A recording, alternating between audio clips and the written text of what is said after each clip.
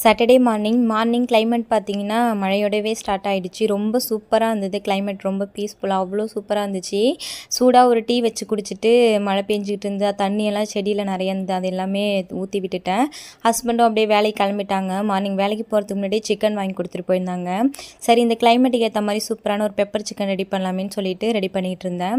அதுக்கு வந்து ஒரு 1/2 ஸ்பூன் அளவுக்கு தனியா, 1/2 ஸ்பூன் அளவுக்கு சோம்பு, 1/2 ஸ்பூன் அளவுக்கு ஜீரகம், ஒரு வரமிளகாய், ஒரு 1 ஸ்பூன் அளவுக்கு மிளகாய் ஆட் பண்ணி நல்லா ட்ரை ரோஸ்ட் பண்ணி நல்லா பவுடர் பண்ணி எடுத்துகிட்டு வந்துடுங்க. இப்போ சிக்கன் செய்கிறதுக்கு எப்பயும் போல தான் கொஞ்சமாக ஆயில் விட்டு கொஞ்சமாக சோம்பு, ஒரு கிராம்பு ஆட் பண்ணியிருக்கேன். அதுக்கப்புறம் வெங்காயம், தக்காளி, பச்சை மிளகாய் இதெல்லாம் போட்டு நல்லா வதக்குனதும் நம்ம எடுத்து வச்சுருக்க சிக்கனையும் போட்டு நல்லா மிக்ஸ் பண்ணிவிட்டு ஒரு 1/2 ஸ்பூன் அளவுக்கு மஞ்சள்தூள், தேவையான அளவுக்கு சால்ட்டு போட்டு நல்லா வந்து எண்ணெயிலே ட்ரை ரோஸ்ட் பண்ணி எடுக்க வேண்டியதான்.